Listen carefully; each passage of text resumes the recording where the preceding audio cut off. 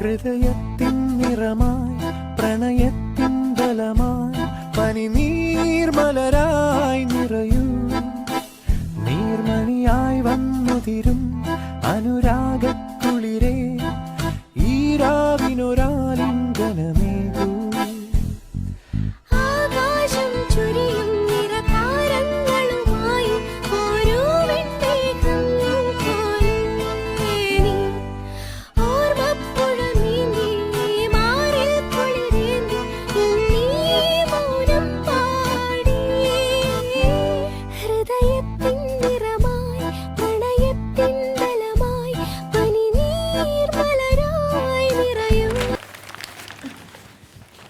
താരിവിടെ ഉണ്ടായിരുന്നോ? നമുക്ക് പോവാം.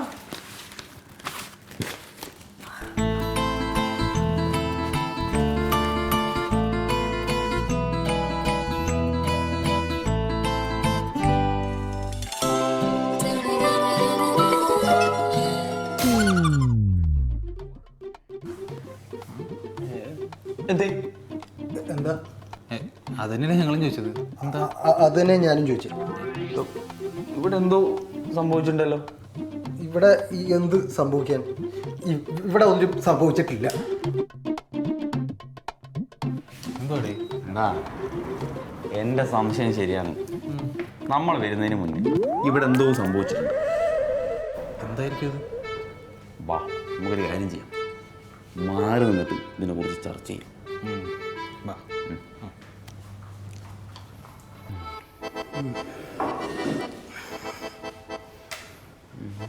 എടാ നീ എന്തൊക്കെയോ പറയാനുണ്ടെന്ന് പറഞ്ഞിട്ട് നീ എന്തൊന്നും പറയാത്തത്?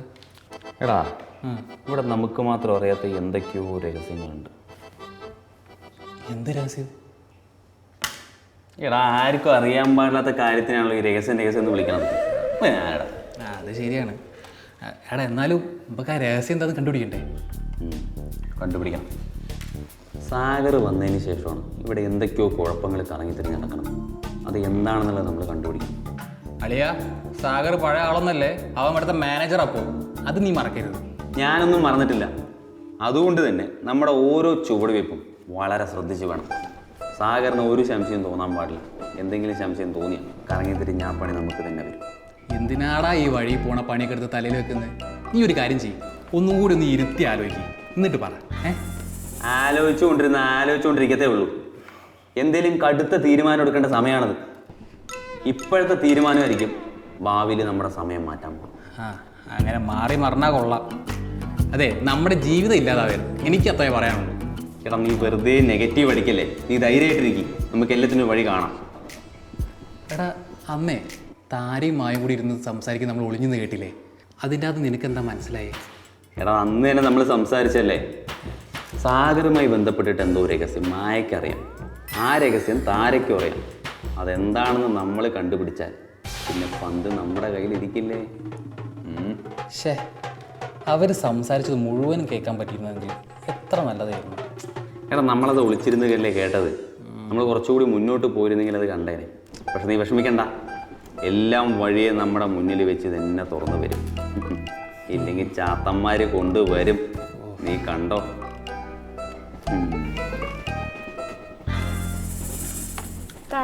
നീ എന്താ എന്നത്തെ ഇങ്ങനെ നോക്കിക്കൊണ്ടിരിക്കുന്നേ? ഞാൻ പിന്നെ എന്ത് ചെയ്യണം? എന്തെങ്കിലുമൊക്കെ ജോലികളാണല്ലേ, അതൊക്കെ പോയി ചെയ്യണം. ദേശി നല്ല ബെസ്റ്റ് ആളാ. നീ എന്ത് ജോലിയാ ചെയ്തോണ്ടിരുന്നേന്ന് ഞാൻ അവിടെ കണ്ടു. എന്ത് കണ്ടു എന്നാ പറഞ്ഞു വരുന്നത്? ഇതേ മിണ്ടരുത് നീ. എന്നെ കൊണ്ട് കൂടുതലൊന്നും പറയിപ്പിക്കണ്ട. എന്തായിരുന്നു അവിടെ? എടി അത് നീ വിചാരിക്കുന്ന പോലെയൊന്നും ഇല്ല. ഞങ്ങൾ അറിയാതെ ഒന്നും നടന്നു വന്ന സമയത്ത് തട്ടിമുട്ടിയൊന്നും വീണതാ. തട്ടിമുട്ടി വീണതൊക്കെ അത് കഴിഞ്ഞിട്ട് ഇല്ലാത്ത പേപ്പറും തപ്പിക്കൊണ്ട് കണ്ണും കണ്ടുകൊണ്ട് എന്തായിരുന്നു അവിടെ പരിപാടി? അത് പിന്നെ മിണ്ടരുത് നീ. പണ്ട് സ്കൂൾ കാലത്ത് എങ്ങാണ്ട് മനസ്സിൽ കയറിക്കൂടിയ ആളാണെന്നും ഇപ്പൊ ഞാനൊക്കെ വിട്ടുവെന്നും പറഞ്ഞ ആളാ നീ. പക്ഷെ നിങ്ങൾ രണ്ടുപേരെയും കാട്ടായം കണ്ടിട്ട് എനിക്ക് അതൊന്നുമല്ല തോന്നിയത്. കാരണം ഞാൻ പറയുന്നത് സത്യമാ. ഞങ്ങൾ തമ്മിൽ ഒരു ബന്ധമില്ല. പറയുന്നത് ചിലപ്പോൾ സത്യമായിരിക്കും, പക്ഷെ നിന്റെ മനസ്സ് അങ്ങനെയല്ല പറയുന്നത്. എൻ്റെ മനസ്സിലെന്താ കുഴപ്പം? അതിനകത്ത് വർഷങ്ങൾക്ക് മുമ്പ് കയറിക്കൂടിയാൽ ഇതുവരെ ഇറങ്ങിപ്പോയിട്ടില്ല. നീ സമയം കിട്ടുമ്പോൾ നിന്റെ മനസ്സിനോട് തന്നെ ചോദിച്ചു നോക്ക്. അപ്പം കിട്ടും നിനക്ക് ഫുൾ ഡീറ്റെയിൽസ്.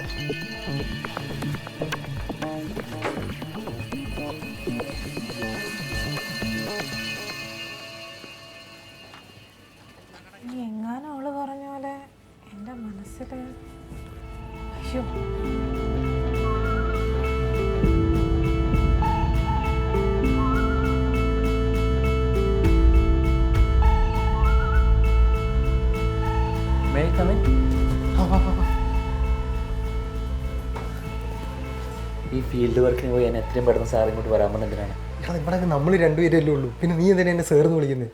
പോരാത്തൊരു ഒഫീഷ്യൽ കാര്യം പറയാനൊന്നുമല്ല, ഒരു പേഴ്സണൽ കാര്യം പറയാൻ വിളിച്ച്. എന്താ സംഭവം? എന്താ അത് റിസപ്ഷൻ്റെ അവിടെ വെച്ച് ഞാനും മായും തമ്മിലൊന്ന് കൂട്ടിമുട്ടി. അടിയായ? അതല്ല, ശരിക്കും കൂട്ടിമുട്ടി. ഫയലൊക്കെ തെറിച്ചു പോയി. അതിന് അത് ഈ പേപ്പറൊക്കെ എടുത്ത് ഫയലിൽ തിരിച്ചു വെക്കുന്ന ഇടയിൽ ഞങ്ങളുടെ ഇടയിലൊരു മൊമെൻ്റ് ഉണ്ടായി. മനസ്സിലായില്ല.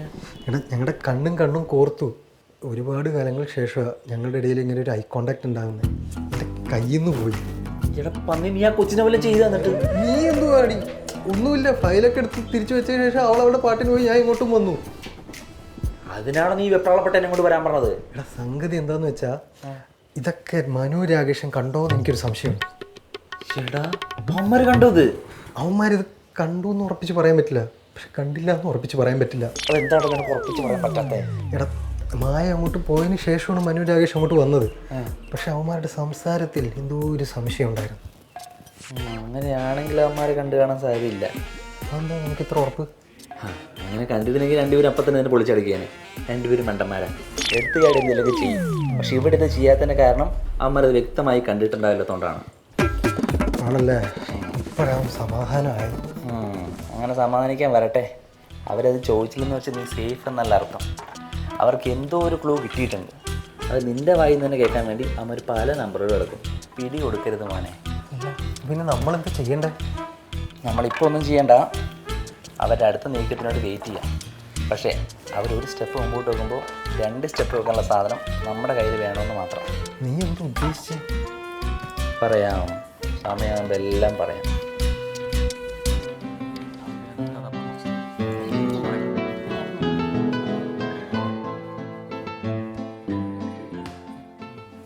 വല്ലാത്ത ദാഹമാണല്ലോ.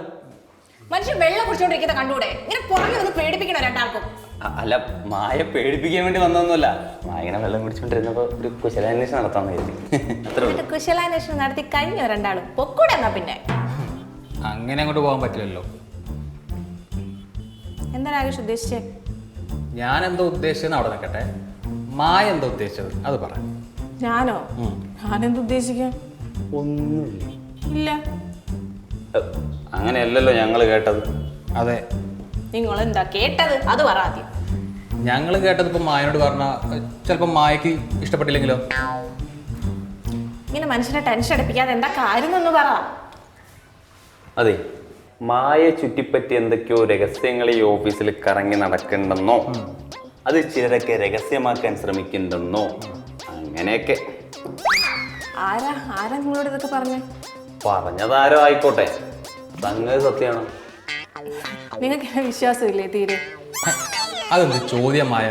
മായനെ വിശ്വാസമുള്ളത് കൊണ്ടല്ലേ ബാക്കിയുള്ളവരൊന്നും പറഞ്ഞത് വിശ്വസിക്കാതെ മായൻ്റെ അടുത്ത് തന്നെ വന്ന് ഞങ്ങൾ ചോദിച്ചത്. വേറെ വല്ലവരും ആയിരിക്കണമായിരുന്നു ഇപ്പം എന്തൊക്കെ പൊടിപ്പും തൊങ്ങലും വെച്ച് കഥകൾ ഉണ്ടാക്കിയിരുന്നു. പിന്നെ ഞങ്ങളെ രണ്ടുപേരും മായക്ക് അറിയാലോ, ഞങ്ങൾ അങ്ങനെയൊന്നും ചെയ്യൂലല്ലോ.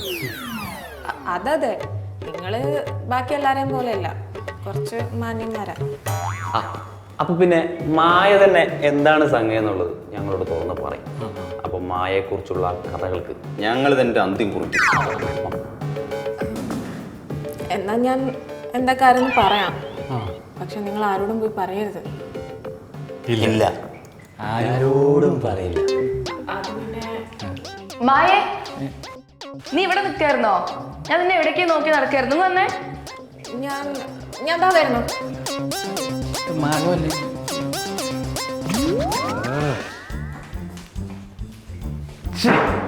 Just miss. അവളെല്ലാം തുറന്നു പറഞ്ഞാനെ. ആ നശിച്ച പെണ്ണ് താരെല്ലാം പൊളിച്ചില്ലേ? അവളെ എന്തിനാണോ ഈശ്വരം കൂടെ കിട്ടിയത്?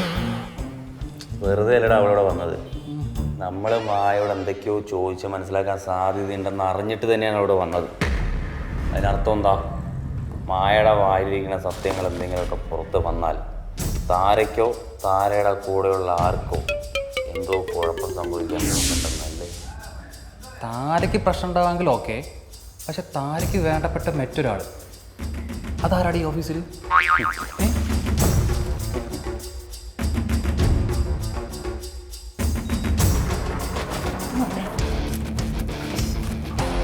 നീ ഇതെന്ത് മണ്ടത്രേ കാണിച്ചു മായേ? ഞാൻ എന്ത് കാണിച്ചെന്നാ നീ പറയുന്നേ? ദേ എല്ലാം ഒപ്പിച്ചു വെച്ചിട്ട് നിന്റെ നിഷ്കളങ്കായിട്ടുള്ള അഭിനയം ഉണ്ടല്ലോ, അതെന്റെ അടുത്ത് കാണിക്കാൻ നിൽക്കണ്ട. ഞാൻ ഇപ്പോൾ വന്നില്ലായിരുന്ന ഞാൻ കാണാമായിരുന്നു. നീ അത് വിചാരിക്കുന്ന പോലെ അല്ല താരാ. ഞാൻ വിചാരിക്കുന്ന പോലെ ഒന്നും അല്ല അല്ലേ. നീ ഇപ്പം നിന്റെ ഭൂതവും ഭാവിയും വർത്തമാനമൊക്കെ അവരുടെ മുമ്പിൽ അങ്ങ് വിളമ്പിയായിരുന്നല്ലോ. ഞാനിതിപ്പോൾ പറഞ്ഞായിരുന്നെങ്കിലും പറഞ്ഞില്ലെങ്കിലും അവരത് അറിഞ്ഞേനെ. കാരണം അവർക്ക് കൃത്യമായിട്ടുള്ള സൂചനകൾ അതിന് കിട്ടിയിട്ടുണ്ട്. അതുകൊണ്ടല്ലേ ഞാൻ പറയാൻ പോയത് എൻ്റെ കാര്യങ്ങൾ. സൂചനകൾ കിട്ടിയിട്ടല്ലേ ഉള്ളൂ, അല്ലാതെ അവരുടെ കയ്യിൽ തെളിവൊന്നുമില്ലല്ലോ. നീ ഇപ്പോൾ അവരുടെ മുമ്പിൽ പോയി ഇതൊക്കെ വിളമ്പിയായിരുന്നെങ്കിലേ അവർക്ക് സ്വാഭാവികമായിട്ടും തെളിവുകൾ കിട്ടിയേനെ. അപ്പം നീ എന്താ പറഞ്ഞു വരുന്നത്? അവരെന്നെ പറ്റിക്കായിരുന്നെന്നോ? അത് ഞാൻ പറയേണ്ട ആവശ്യമില്ലല്ലോ. നീ ഓൾറെഡി പറ്റിക്കപ്പെട്ടല്ലോ. ഞാൻ കറക്റ്റ് സമയത്ത് വന്നതുകൊണ്ട് കൊള്ളാം. എടി, നീ പണ്ട് സ്കൂളിൽ പഠിക്കുന്ന സമയത്ത് ഒരു പയ്യനെ ഇഷ്ടപ്പെട്ട് അവനിവിടെ മാനേജറായി വന്നു എന്നുള്ളതാണ് നിൻ്റെ അടുത്ത പ്രശ്നം എന്നുള്ളത് പുറമെ നോക്കുന്നവർക്ക് തമാശയാവാം. പക്ഷെ മനു രാകേഷും ഇത് അറിഞ്ഞിട്ടുണ്ടെങ്കിൽ സാഗറിനും ജോണിനും എതിരെ അവരിത് പ്രയോഗിക്കും. അത് ഇൻഡയറക്റ്റ് ആയിട്ട് നിന്നെയും ബാധിക്കും. അതുകൊണ്ടാണ് ഞാൻ നിൻ്റെ അടുത്ത് ആദ്യമേ പറഞ്ഞു ഈ പ്രശ്നം കുറച്ച് സീരിയസ് ആയിട്ട് ഡീൽ ചെയ്യണമെന്ന്. സോറി, പക്ഷേ ഞാനത് അങ്ങനെ വിചാരിച്ചിട്ടില്ല. നിൻ്റെ അടുത്ത് സോറി പറഞ്ഞിട്ട് എന്താ കാര്യം? ഇത് നിൻ്റെ ജീവിതമാണ്, നിൻ്റെ കരിയറുമാണ്. അത് ആരെങ്കിലും നശിപ്പിക്കാൻ ശ്രമിച്ചാൽ നീ അതിൽ പോയി ചാടി കൊടുക്കരുത്. ഞാൻ അത്രേ ഉദ്ദേശിച്ചുള്ളൂ. എനിക്ക് മനസ്സിലായി. ഞാൻ ഇനി മുതൽ ശ്രദ്ധിച്ചോളാം. എടാ എന്ത് ശ്രദ്ധിച്ചോളാന്നാണ്? എടാ പട്ടിയുടെ വാല് 12 കൊല്ലം കൊയിലിട്ടാലും നിവരില്ലാന്നൊരു ചൊല്ലുണ്ട്. നിന്നെ കാണുമ്പോൾ എനിക്ക് അത് തന്നെയാണ് ഓർമ്മ വന്നത്. ജോണി ഞാനിപ്പോൾ എന്ത് ചെയ്തെന്ന് നീ പറയുന്നേ? നീ ഒന്നും ചെയ്യേണ്ടതൊക്കെ ആ മനുവിൻ്റെ ആവശ്യം കൂടെ ചെയ്തോളൂ. ദൈവമേ, നീ ഇതവന്മാരെ വല്ല ഒളിഞ്ഞു വെക്കുന്നുണ്ടോ? നോക്കട്ടെ.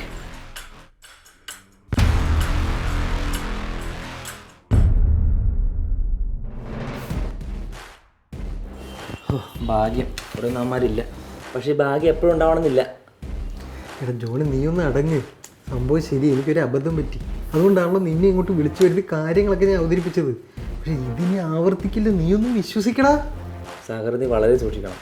നിന്റെ കഴിവുകൊണ്ട് മാത്രമാണ് നീ കമ്പനിയിൽ ഇരിക്കുന്നത്. അങ്ങനെ ആകാതിരിക്കാൻ നിനക്ക് പണി തന്ന 2 പേരാണ് ഈ കമ്പനിയിലുള്ളത്. നിനക്ക് മാത്രമല്ല, അവന്മാർ എനിക്കും പണി തന്നിട്ടുണ്ട്. അപ്പോൾ അവന്മാർക്ക് അങ്ങോട്ട് പണിയെടുക്കാനുള്ള അവസരമല്ലാതെ തിരിച്ച് പണി തരാനുള്ള അവസരങ്ങൾ നമ്മളായിട്ട് ഉണ്ടാക്കി കൊടുക്കരുത്. നീ പറഞ്ഞതൊക്കെ ശരിയാണ്, എനിക്കത് മുഴുവനായിട്ട് മനസ്സിലാവുന്നുണ്ട്. എന്തായാലും ഇനി ആവർത്തിക്കില്ല. ആവർത്തിക്കരുത് എന്ന് തന്നെയാണ് ഞാനും പറഞ്ഞു വരുന്നത്. കൃഷ്ണ സാർ നിമിഷം ഇങ്ങോട്ട് വരാം. സാറ് വരുന്നതിന് മുമ്പ് നീ നിൻ്റെ പൊസിഷൻ ഉറപ്പിക്കണം.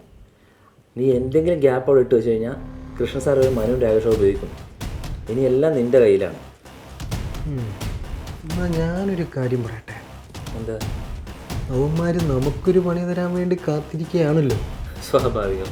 എന്നാൽ അതിനു മുമ്പ് നമുക്ക് അവന്മാർക്ക് തിരിച്ചൊരു പണി കൊടുത്താലോ? മനസ്സിലായില്ല. എടാ, എന്തോ ഒരു രഹസ്യം എൻ്റെ ഉള്ളിലുണ്ടെന്ന് അവന്മാർക്കറിയാം. അതിൻ്റെ പേരിൽ ഞാൻ അല്പം പേടിച്ചിട്ടാണ് നിൽക്കുന്നതെന്നും അവന്മാർക്കൊരു തോന്നലുണ്ട്. അത് തോന്നലല്ലോ, സത്യമല്ലേ? സത്യമാണെന്ന് എനിക്കും അറിയാം. അതിൻ്റെ പിന്നിലെ കാരണവും നമുക്കറിയാം. പക്ഷെ ഇത് അവർക്കറിയില്ലല്ലോ. അതാണ് നമ്മുടെ പിടിവള്ളി. ഞാൻ ഒന്നിനും ഇല്ലയെന്ന് കരുതി അവന്മാരിയ്ക്കുന്ന സമയത്ത് അവന്മാർക്കെതിരെ എൻ്റെ വക ഒരു പണി വന്നാൽ അതെങ്ങനെ ഉണ്ടാവും? അടിപൊളി, ഒരു സർജിക്കൽ സ്ട്രൈക്ക് വൈ. അതെന്തായാലും അവന്മാർ പ്രതീക്ഷിക്കില്ല. അല്ല, എന്താ മനസ്സിൽ പറയാം. സാഗർ എന്ന മിത്രത്തെ അവന്മാരെ കണ്ടിട്ടുള്ളൂ. സാഗർ എന്ന ശത്രുവിനെ അവന്മാർ കാണാൻ പോകുന്നതേ ഉള്ളൂ. അത് നമുക്ക് കാണിച്ചു കൊടുക്കണം.